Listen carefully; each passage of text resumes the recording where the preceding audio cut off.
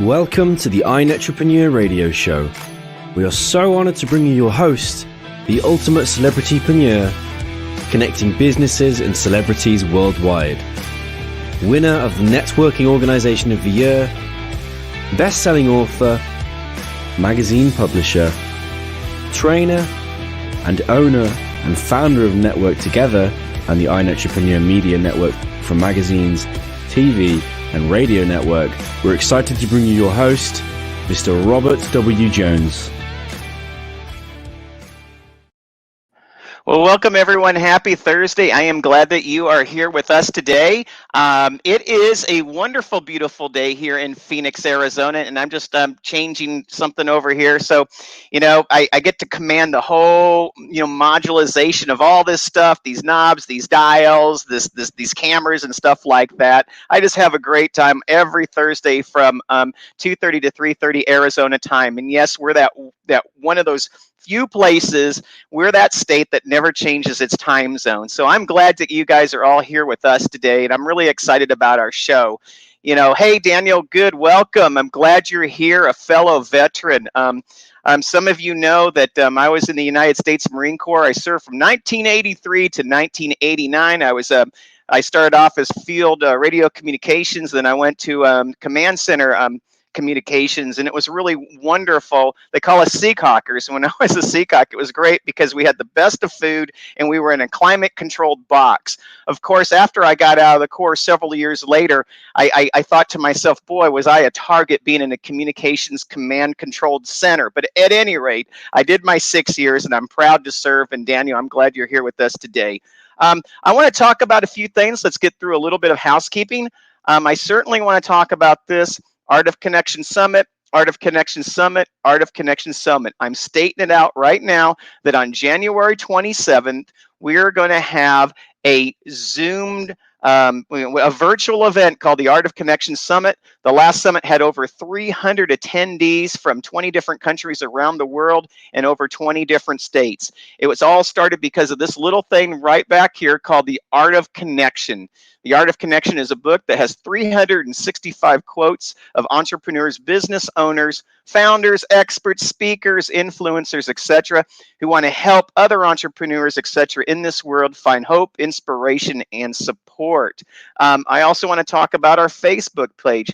Please go to facebook.com, look for iNetrepreneur Radio. I mean, even if, you may mess up spelling it, I get it. It's a hard word to spell, but once you've learned how to spell it, I guarantee you will never forget how to spell it again. But that is facebook.com/iNetrepreneur Radio. Please like us there. It just shows that you're paying attention out there. And as Jackie Zaccoli has told me a long time, are you paying attention? And that's what I've always thought about, because it's about that engagement. It's about being with that other person. It's about being present. Also, to find our over 1,000, I still think about that sometime. How do we do that? We put on over 1,000 meetings and events. That includes our summits, that includes our chapters, that's our academy, so we can connect, so we can learn, earn, and learn how to earn. You can go to ntevents.net. That's ntevents.net. Go there, learn more. Right now, speaking of the book, we just have a limited amount of time left. Jennifer's in the book. She's our I'm saying speaker. I mean, I've seen her speak. So I meant she is our guest on the show today. Daniel Faust is in our book. He signed up today. I'm so glad that he's in there. Come with us. The last book created 122 first-time authors. It was a 3-time international bestseller in print. And also it became, and it's put, gosh, I can't even say it, but it's in the Library of Congress. So today's just a really, really exciting day. Don't forget, we have the iNetrepreneur magazine. You can go there and learn more. But what I'm going to do now is I'm going to bring our guest of this hour onto the show. I'm so excited to have her here.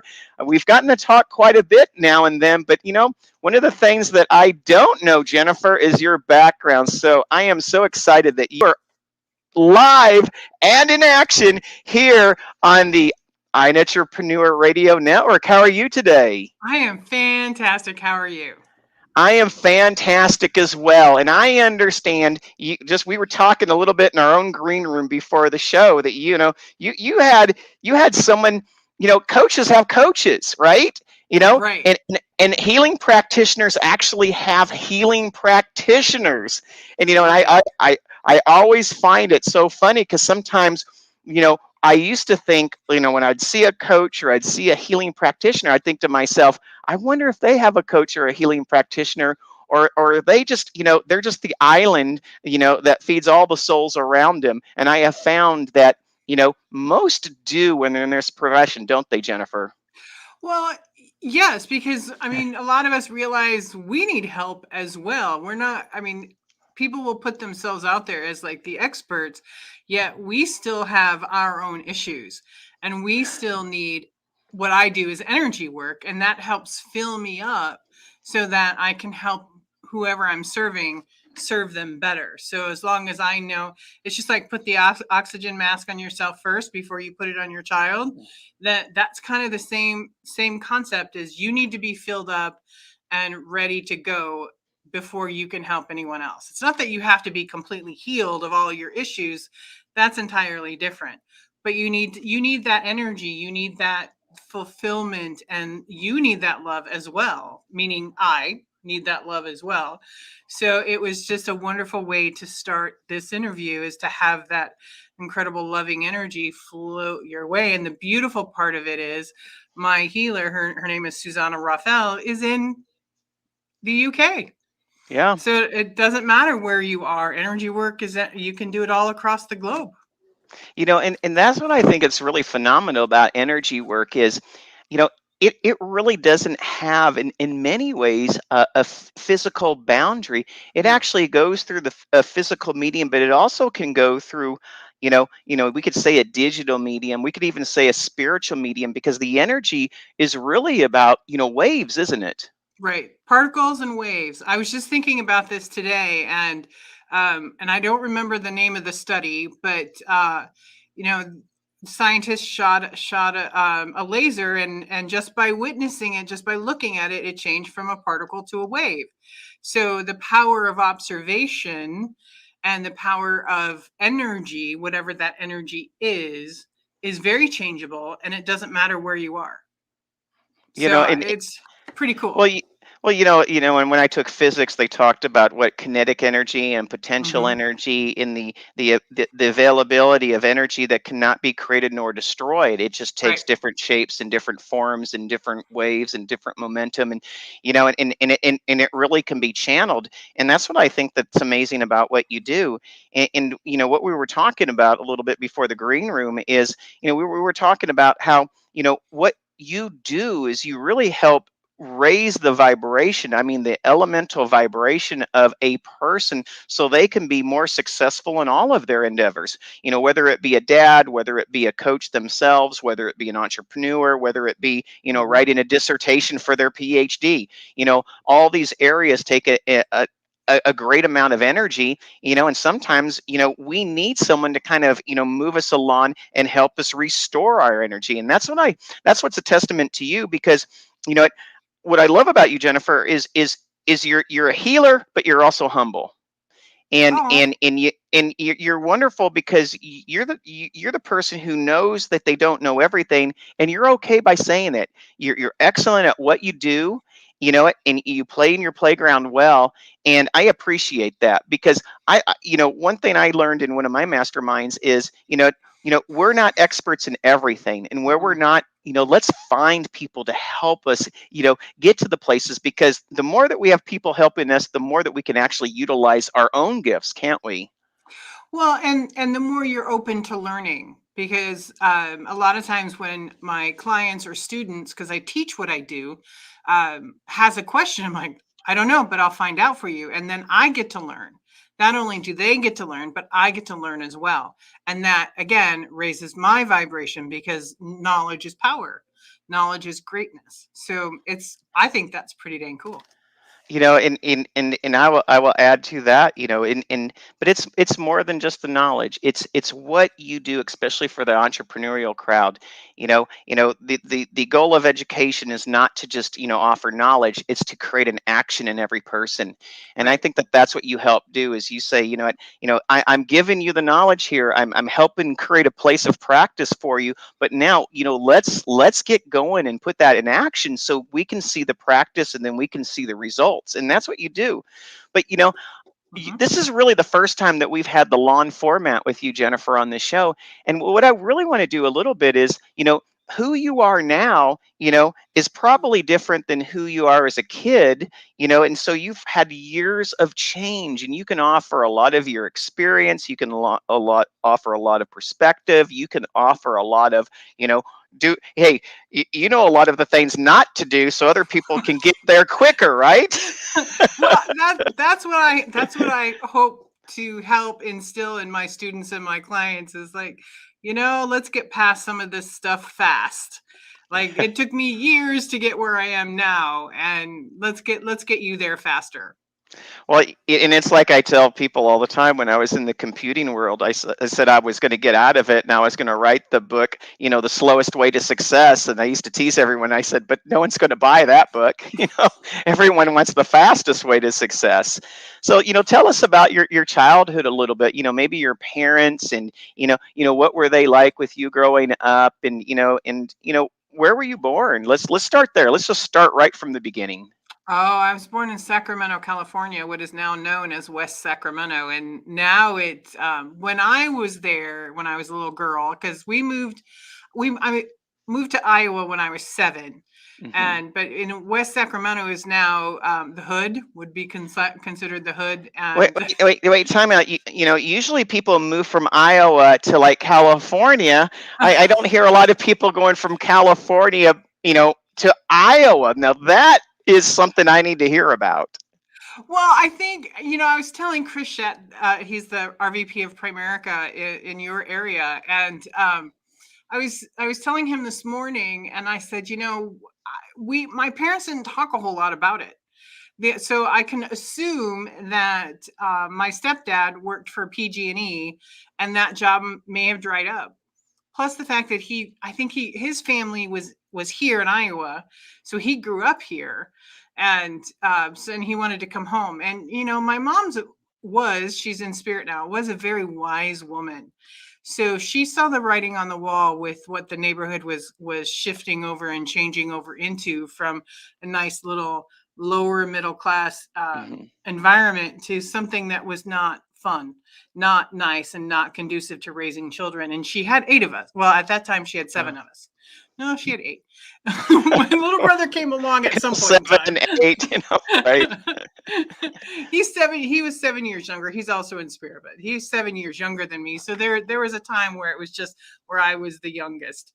Um, I was actually really excited about not being the youngest anymore. I don't remember why, but I do remember I was excited about that. So we moved to Iowa when I was 7. So I remember some of the things that we did, and I remember some of the places. And oh gosh, about 30 years ago I don't even remember how long ago it was now. We actually, because my brother and sister still live there, we actually went back to our old neighborhoods. Mhm. And it's one of those things where everything looks so tiny. When you're Yeah. 7, everything looks huge, but everything looks so tiny. And we actually talked to one of our neighbors, and we drove up. My mom was really excited because she remembered this neighbor. I didn't. And the neighbor's like, "Who are you?" And then when we when we introduced Talk. ourselves, because it's not a very nice place to live anymore. It was like old home week for my mom and this neighbor. I don't couldn't tell you the neighbor's name, but so when we moved out of there, we kind of never looked back. No, Did you feel a difference when there was a change, even at a young age of 7? Because I know you do energy work now. Were some of the things, almost a little bit of nature in who you've become today? oh, definitely. I don't know if I would have been a healer today Mm. without without my experiences growing up. Because when I didn't know, I'm an empath. I didn't know that. I mean, I'm 57 now. I didn't even really know that until I was almost 40 years old, because I didn't have the language for it. There's a huge difference. When we moved, I had a broken arm. I had severely broken my arm earlier. I was taken out of school because back then, if you were sick or had broken bones, they didn't just put a cast on it and put you back in school. I was out for 6 months out of school. Oh my goodness. And well, I was in the cast for a long time. But so when we moved here, it was a big thing because we went from, yes, we pretty much stayed in our neighborhood, but it was a big city, to a town of 1,000 people. Wow, big So change. where everybody knew everybody was related to everybody, and it was kind of like we were the new fish in the fishbowl. And 7 is really, even in school, a lot of changes start happening when you're 7 years old. Like third grade is, you start getting the grade where, there's a little bit of actually practice of the things that you're learning, the teaching concepts. There's a little bit more of the communicative relationships and, small micro team bonding. And so here you are, really starting from scratch because you didn't have any relationships with any other No. children in your classes in that time frame. So that might have been, a little bit of awakening too, to come into a new school and to find these new friends and to see those associations have probably were pretty strong from their childhood in that same age. Yeah, because they were all related. They all grew up together. And we actually moved. I had 8 days left of second grade. So when I was evaluated here in Iowa, I didn't pass. Like at that time, I didn't know my multiplication tables. I didn't know how to cursive write, which they don't even teach anymore. Right. So there was a lot of things that I didn't know. So I was forced to redo my second grade. So even though I had started to make friends in those short 8 days, they surpassed me. And so that was very traumatic for me. And it was more traumatic that the teacher didn't like me. I was messing up her perfectly ordered classroom because people wanted to talk to me. They wanted to find out who I was. I was the new fish. So everyone wanted to look at him. It's funny you say that. I remember my mom saying she was a career teacher. Her PhD is in curriculum instruction, and she said, for some teachers, the worst thing you can do is make them teach.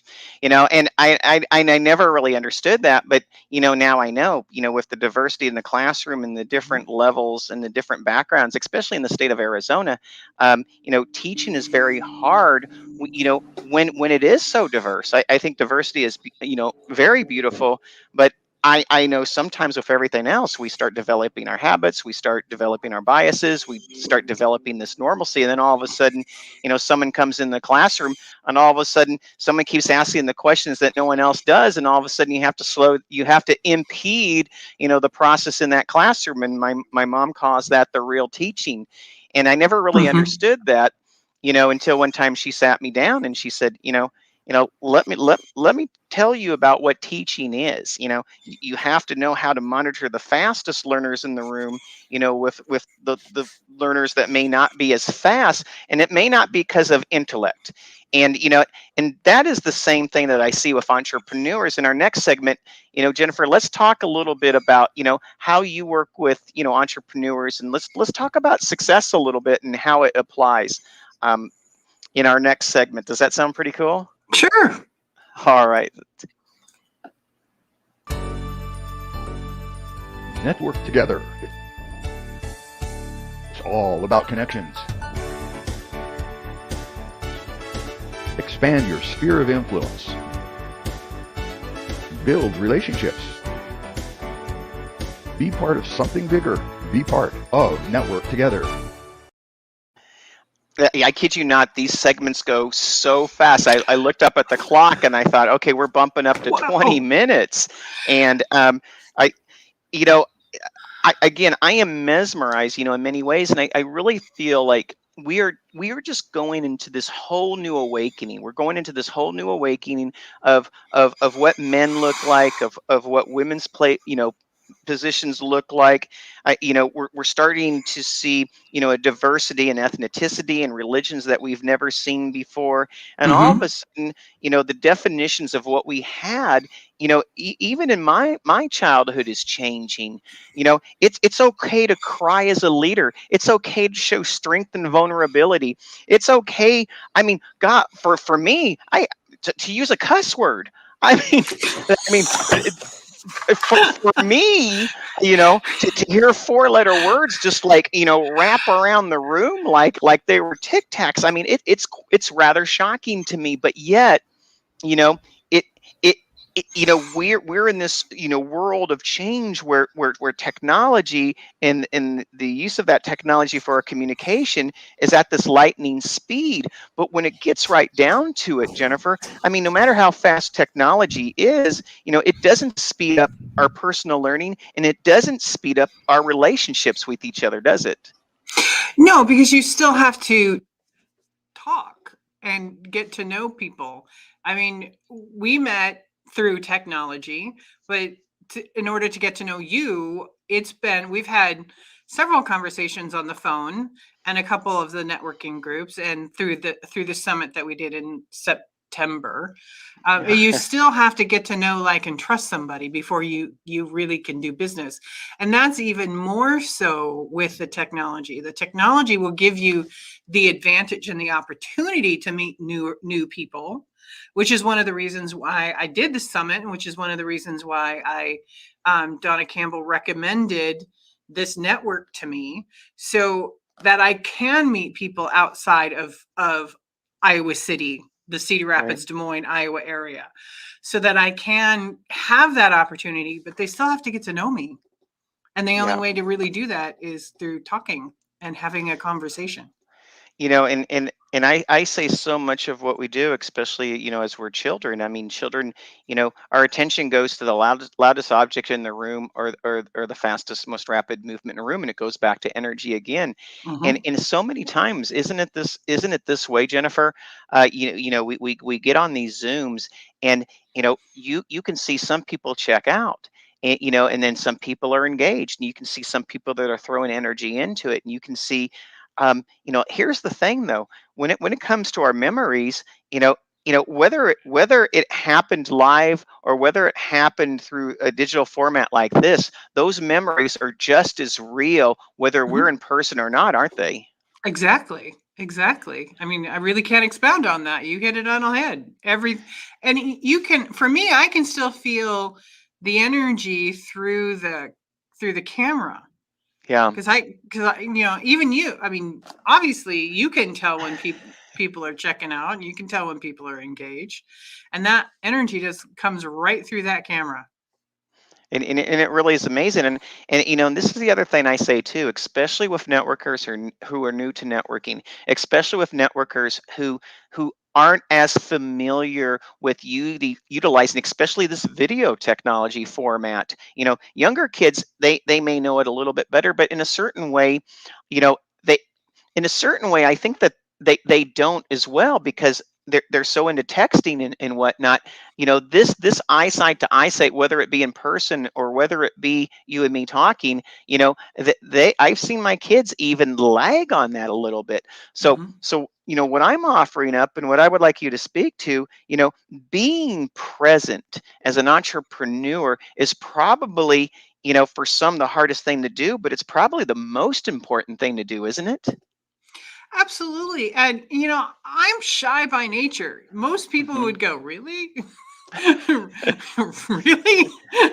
And I mean, I would rather, honestly, I'm going to be completely honest, I would rather not talk. My comfort zone is to listen Mm, and feel your energy, whether it's through digital format or in person. That's where I'm comfortable. So this is really moving out of my comfort zone.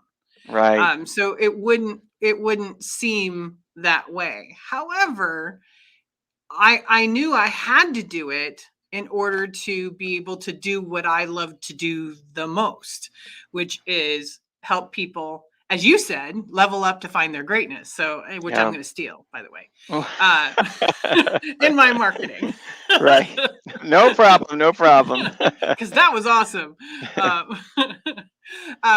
I can't remember what I was going to say. So, Well, it's about being present, and much of the time, I will always say this.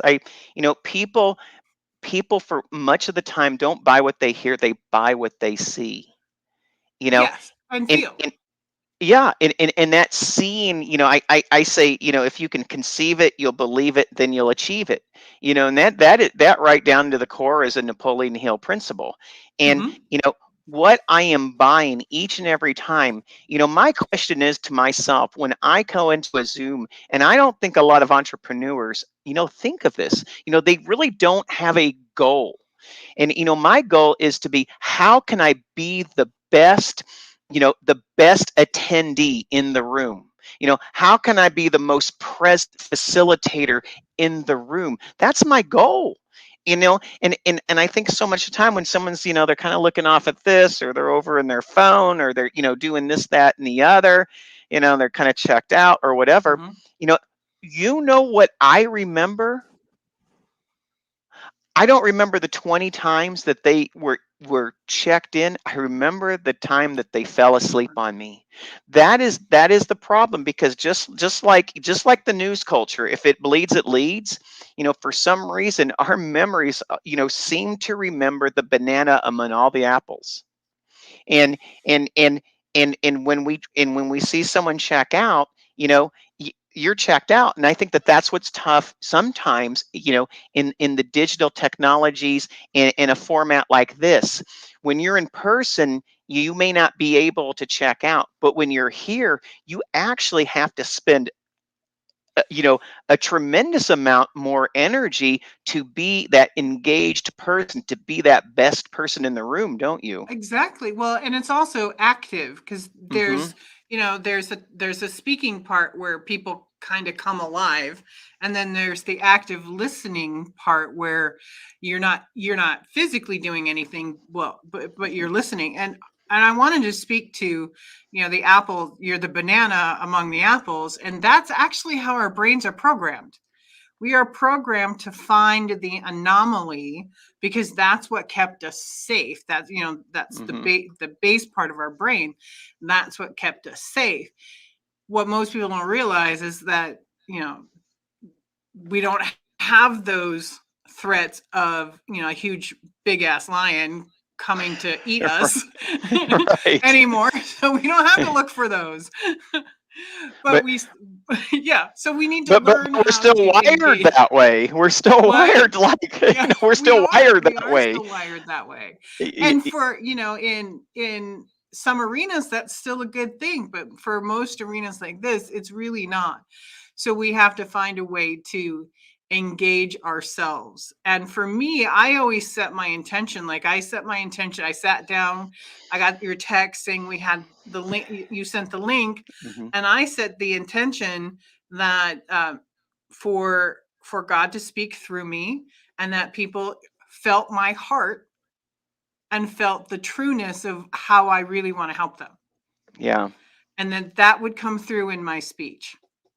Yes, and I feel it, you know, and I really want to go in here when we talk about the feeling, we talk about the inflection, we talk about the engagement.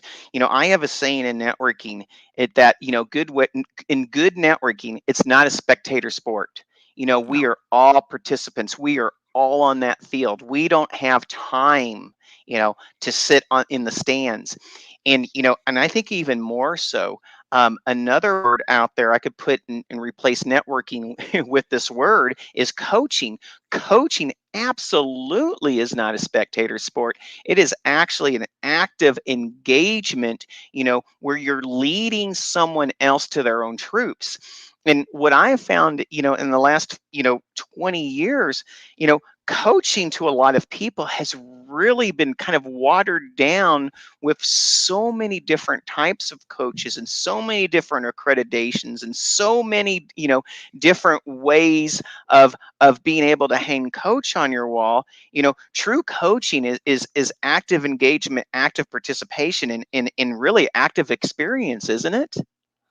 Well, yeah, and especially with me, you really have to want to work, and you really have to, because I honestly am not interested in just taking your money and sitting there. Hmm. I really want to dig into what's stopping you, and that's my focus Yeah. as opposed to anything else. And like, I'm not going to really tell you what to do with your life. My focus is to help you figure out what's stopping you from doing what you want, and then what you want to do and how you're going to do that is going to be revealed, and it's going to be easier to take action to make that happen. Let's dive in that right there, because I think that that's where a lot of people have trouble with coaching.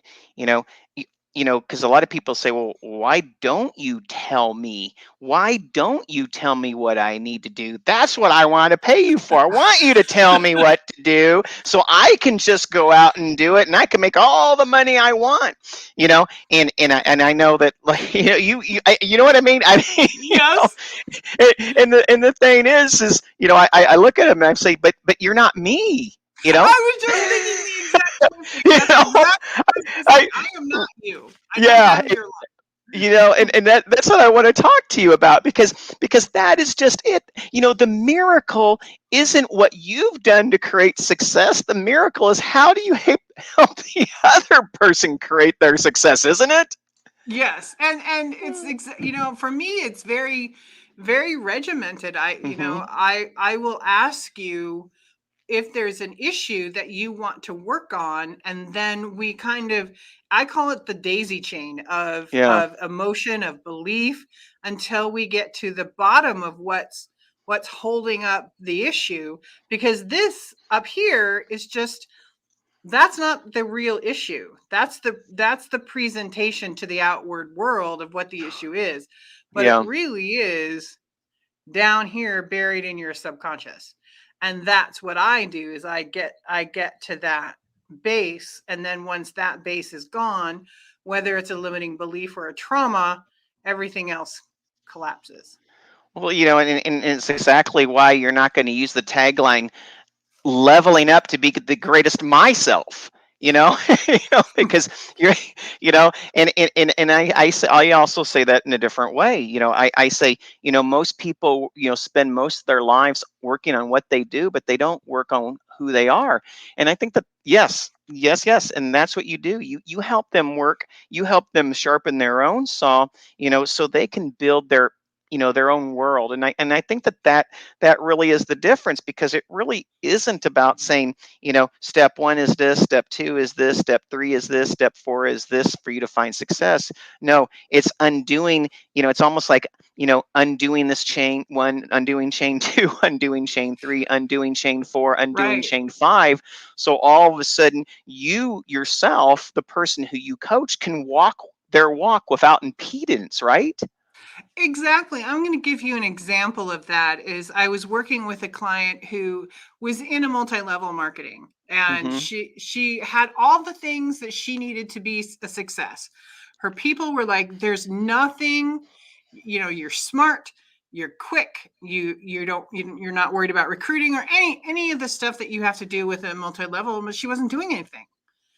Yeah. And once we started digging in as to what that issue was, the bottom issue was she was afraid to be seen. So she was Mhm. like, oh, I just don't know. I'm not worthy, or I just can't do it. I just can't do it. I just can't do it. But that I just can't do it was the outward manifestation. But the issue was, her fear was, she was afraid to be seen. And that was a personal issue. So I'm not going to say why she was afraid to be Right. seen. But once we got rid of that, everything collapsed, and she was able to go out and be very successful for as long as she wanted to do whatever the multi-level. So you never know what's stopping you. So each person, like the next client, may not have that fear, Hmm. So you can't be a cookie cutter, because No. each fear and each limiting belief is individual to the client. Yes. Which is really good because, here's something else that you really have to navigate. And I bring this up because I'm really want to, for me, I'm pushing you into these areas because I want people to hear this because, you know, not only do you have to, I mean, you have to work on the micro level of the person. You Right. also, you've been in this for 25 years now. You also have to look at the external environment as well. It's not just the internal part. It's, what is the external environment saying in the information, and what do the people look like?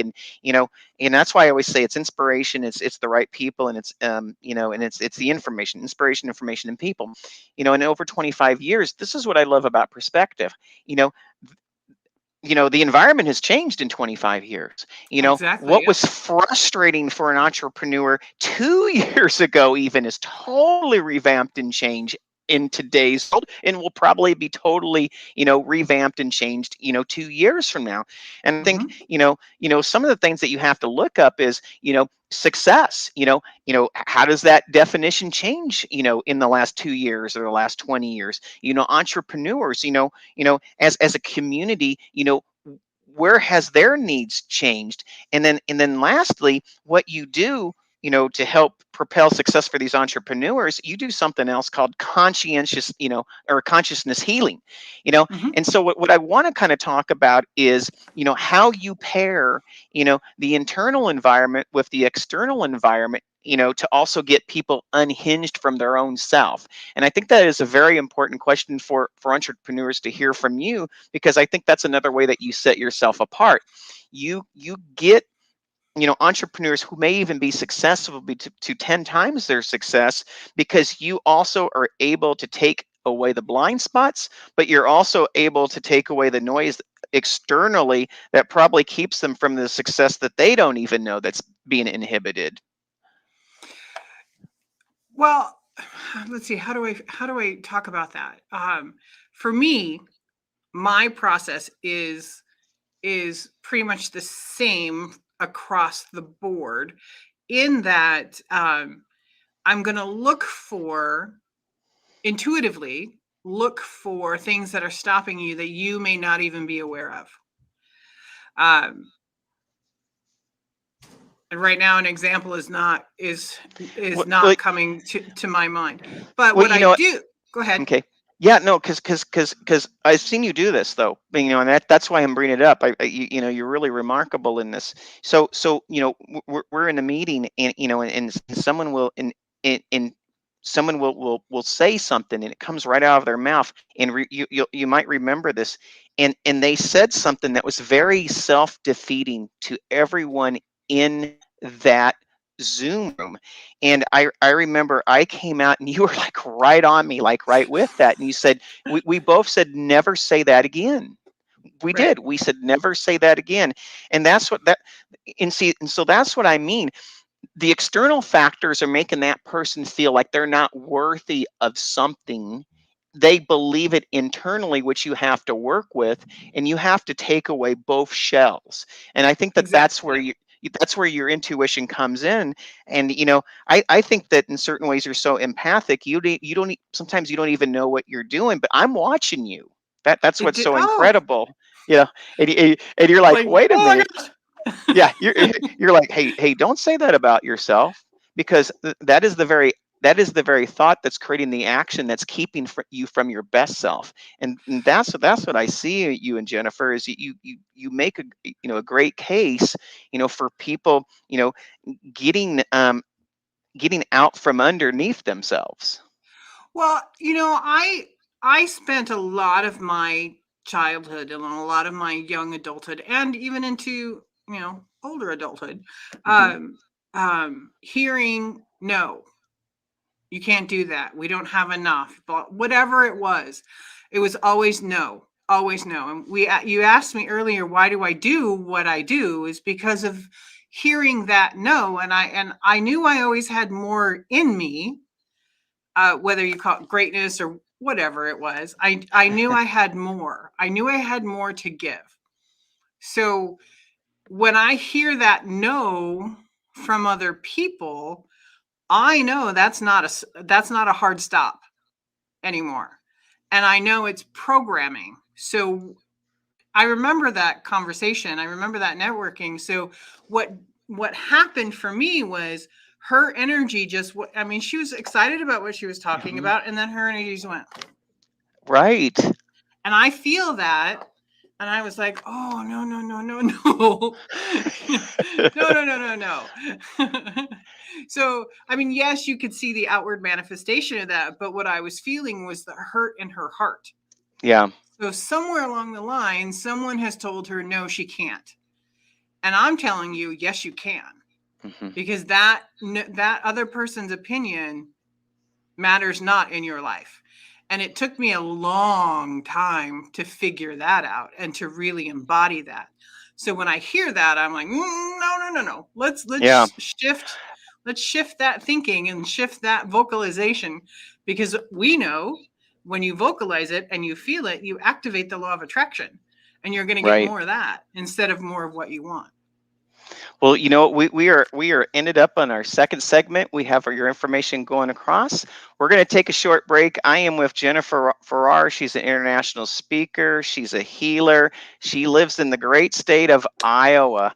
She's a member of the iNetrepreneur Network, and she also has a page in our second edition of The Art of Connection, 365 Days of Inspirational Quotes.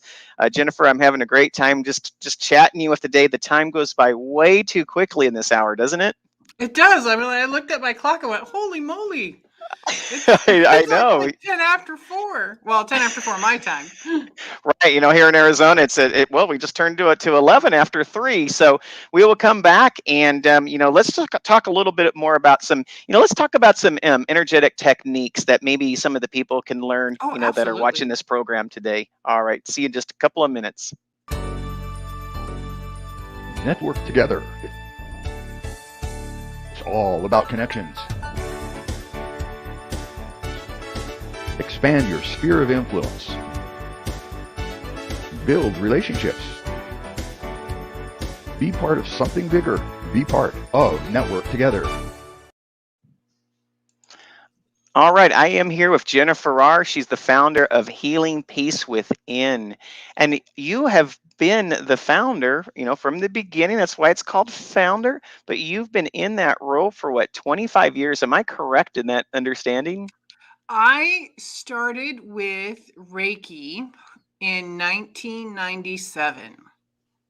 That was before it was even popular. That was before a whole lot of people in this country even knew about it. It literally had just come from Hawaii, like 10 or 15 years before. History could be a little muddy, but so it wasn't. No one really knew about it. So everyone looked at you like, what is that? So You, you know, and for me, that's almost perfect that here you are, you move from Sacramento, you go to Iowa, and then all of a sudden you're picking up Reiki that originated pretty much in Hawaii. I think that's pretty Well, it originated in phenomenal. Japan, but it came Oh, in over Japan. in the Okay. 40s and then to the United States. Okay. So Yeah. yeah, I really just put that together. It's like and I think that's one of the reasons why I had to be here, is because that Right. was kind of setting up my path, because I wouldn't have never been on that path if I had stayed in California. Well, so let's talk a little bit about, what is Reiki? I know on your LinkedIn profile, people have actually they've actually promoted, they've given you testimonials, for what you train and teach in Reiki. Tell us a little bit more about what Reiki is and how it can benefit the individual. Well, most of the testimonials are actually not for Reiki. They're actually for the theta healing technique that I do, and that's where I dig into people's subconscious, and that's primarily. Reiki is called universal life force energy. So it's an energy that comes from the universe. It's the best description, through me. And the other good description is called laying on hands. So basically, you're on a table or a chair or wherever. I've done it in at holistic expos. I've done it in a martial arts dojo. It doesn't matter where you are. It's as long as you can channel the energy, which anyone who is attuned or opened up to the energy can. And there's no requirements on who can and who can't. What it's designed to do is designed to relax you. So that your own body systems can take over. Our bodies are incredibly dynamic. And when we're tense and when we're stressed or we're going through a really difficult traumatic time, our bodies just do this. And you can't heal when your energy is pulled, your aura is pulled in, and that it does that to protect us. But what it's doing is it's stopping the flow of energy, or ki in Japanese, or chi in Chinese, and or prana in Indian, from India. And once you relax, you can breathe, and then your own body systems can take over and help heal yourself, whether that's physical, mental, emotional, or spiritual. Well, and breathing seems to be, key in so many things, isn't it? Well, yeah. I mean, it's our life force is to be able to breathe. If you can't breathe, what happens to you? And I mean I mean like breathing too, because we all breathe. We all breathe to live, but do we breathe to live? And I think that Exactly. there's certain ways that you can breathe that brings more energy and can almost even heal someone, isn't there? Well, yes, there are different breathing techniques. The best one that I use daily, especially even before I get out of bed, is to take a really deep breath in through the nose, and you're filling up not only your lungs but your diaphragm, which so your tummy is going to move a little bit. If you're just breathing through your lungs, your shoulders are going to do this, and that's not going to help you at all. So you want to keep your shoulders down. And literally just take a good deep breath in through the nose and out through the mouth. And do that 3 times. So what that's going to do is it's going to oxygenate your blood and give you energy. And it's also going to ground you, which means you're not all up in here and walking around in a fog or walking around in a daze. It's going to connect you to the earth, and that's where we as humans draw our energy from. Yeah, and if you can do that before you, or when you feel like you're getting stressed, stop and do that 3 times, because 3 is a sacred number. So just do that, and a lot of the stress that you feel is going to go away, and you're going to be able to see a solution where you couldn't see a solution. Well, and stress really is, it really is like the enemy of energy, isn't it? Yes, exactly. In what ways do long periods of stress, how do they affect people over time? And why should we do something about it? Well, I'll give you my example. In 2009, 10, and 11, and actually throughout most of the early, longer than that, up until about 2018, 19, there was a prolonged period of death in my family.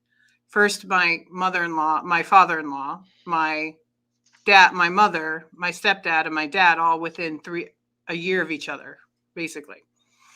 And what that did was, and I was also taking care of their estates and lots of other things happening, is your body burns out, basically. So your adrenals are you constantly need energy.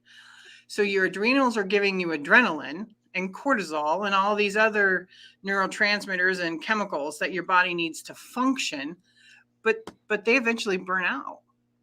So your adrenals get fatigued and you can't produce the energy that you need to function and get what you need done. And so what do? Drugs, caffeine, lots of coffee, lots of soda, and you also then start craving junk food. So you're not giving yourself nutrition that your body needs to produce the energy. You're just existing and subsisting. And that leads to dis-ease, which leads to disease. Oh boy, and I see that a lot, and I think the last 2 years for some people, they've been into a very stressful environment. They've made pivots, Mhm. they've had challenges, they've been in situations that they never would have thought they've had in their lifetime. And then you get the media, which sometimes feels like it's the information is altered almost for on a monthly basis at times, on what Mhm. we should do with our bodies and what health looks like, and then having a family, and as everyone knows, being an entrepreneur, everything goes perfectly as planned, right? So there, Exactly. there's no stress in being an entrepreneur at all now, Jennifer, Not is at there? all. And I think that's where you and I were talking about the show, kind of coming full circle, even on the show, on what we were talking about before. you know as entrepreneurs, and as men as well, I feel like we're starting to see a change where, you know when it comes to wealth, there is none without your health. And Exactly. being a healthy entrepreneur means being a very productive, person. And I think that that's what we're starting to change, in this culture of ours. We're starting to come to the realization of, you know, if we keep on living, really, even as a society, the way we have, you know, you know, we will all be burnt out and eating junk food. I think that's what I'm trying to say, isn't it? Well, And and you can see that in the Great Resignation, as people are their jobs aren't fulfilling them anymore, whether they were fulfilled or not before. For me, I was not. It was sucking my soul. And thankfully, I have a beautiful husband that just said, "Quit. We'll figure it out," and we did. yeah, And yeah, I mean, it was tough, but we figured it out. And and but my mental health was so much better because I wasn't having panic attacks anymore. yeah, And I didn't even realize I was having panic attacks until I told my husband. I'm like, I think I'm having a panic attack. But it was about my job and not being fulfilled in it. And so now I think the pandemic, that was one of the things, the beautiful things that came out of it, maybe not for a business owner or a large corporation, is that people realize their mental health is very, very important to them, and their happiness. hmm And I mean, I don't think I could ever go back to having a job because, you know, yeah. I different mean, vibration. I like to say I'm happily unemployable. I am happily unemployable. And I think it does go to show. You know, I believe the majority of people, we are all looking for a difference. We're looking for a better way. We're looking for a holistic way. We're looking for, a way that leaves legacy. Which even reminds me, and it's how the book The Art of Connection came about. And it was that day when my son came up to me and he says to me, he's like, "You old people have it all wrong." And I looked at him. I'm like, "Well, what do you mean?" And he was talking about legacies. Like, you old people have it all wrong when it comes to legacy, because you always talk about stuff, and you're so, And what he was saying is, we were so busy trying to build and create and hoard things, homes and businesses and financial portfolios and all this stuff. And he says that's not legacy. He says legacy is knowledge. Because if someone comes and takes away all of your stuff and you don't have the knowledge, you'll never have the ability to get it back. But if we all leave the legacy of knowledge, we will all have the ability to be able to get our stuff back or create our stuff, or and that's how the book came about. Because you know sometimes I think, when I think about these young kids, in certain ways they do have it right. It's not about the stuff, it's about the knowledge and the communication and the social conventions and the love and the bonds that we pass from generation to generation. It's not the stuff, is it? He's a very wise old soul. What a gift he was given to you. What a gift. I'm like, wow. I'm listening to that going, that is so true. One of the things that I remember about my mom is the hugs. I mean, Mhm. every night before we go to bed, we'd kiss her on the cheek and give her a hug Yeah. every night. And that's the one, and she was also crafty. So she passed, we wanted the love that she put into, she was a crocheter and a knitter, the love that she put into the blankets that she made for us. So when we wrap ourselves in those blankets, we're not, yes, it's a thing, but it's actually that her legacy of love for us is what I feel when I use that blanket. And right now it's 45 degrees, so it's a really nice December day, but 2 days ago it was 25 degrees. Wow. So I Oh was my using goodness. that blanket. Yeah. You know, So yeah. and I love that you brought up crocheting, right? Hmm. You know, one of the things that I learned, oh, you gave me goosebumps, Jennifer. And one of the things that I remember, and I'm going to use this and I'm going to use this in this book. My grandmother Nellie, she passed away at 96, and she was a Wow. wonderful, wonderful, beautiful, beautiful person. She was of Mexican descent, and she actually established the first labor union by a woman in the United States. It was at How Boise awesome. Cascade, which Boise Cascade turned into Office Depot. And she used to love to knit, and when I was young, I would sit by her and I would sew with her. And her husband and my grandma would always say, what makes us different from the animals is the ability to use our mind and pair it with our hands. Mhm. And she told me, she says, she said, grandson, I want you to understand something about life. She said, with every needle makes a point. And what she meant by that is, every time because I just hated it because the point would keep hurting me. And she said, and it was like, but she said, she what she was saying was, for all the adversity that you have in life, that there is a point of opportunity that comes from it. And Mhm. it's those conversations that I think that right now I want to see more of in the home.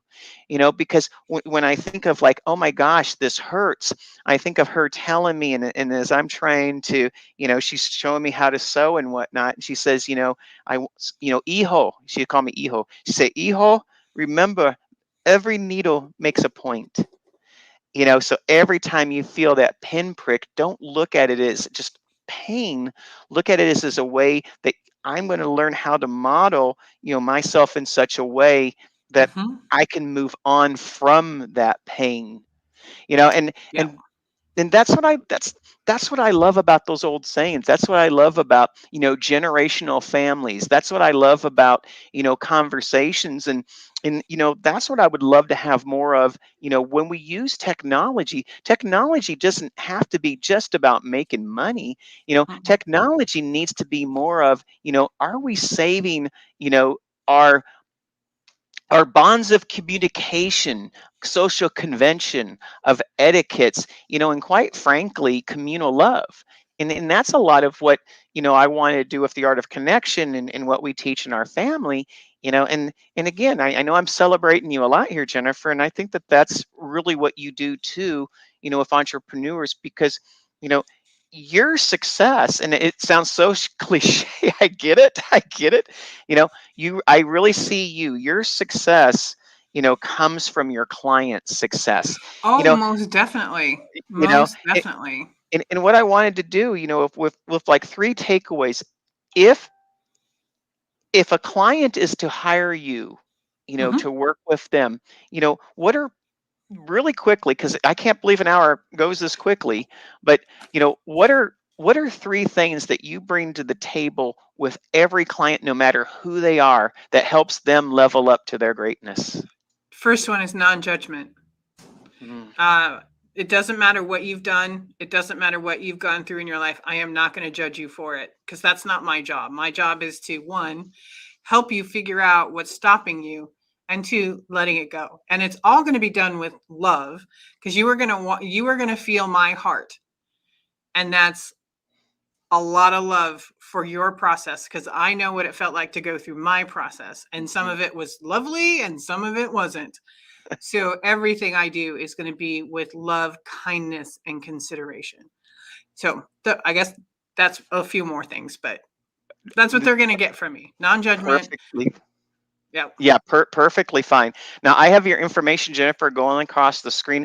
Are there other ways that people can get a hold of you? Are you offering anything that they might be interested right now? Go ahead and just scream to the world, anyone who would like to get in contact with you.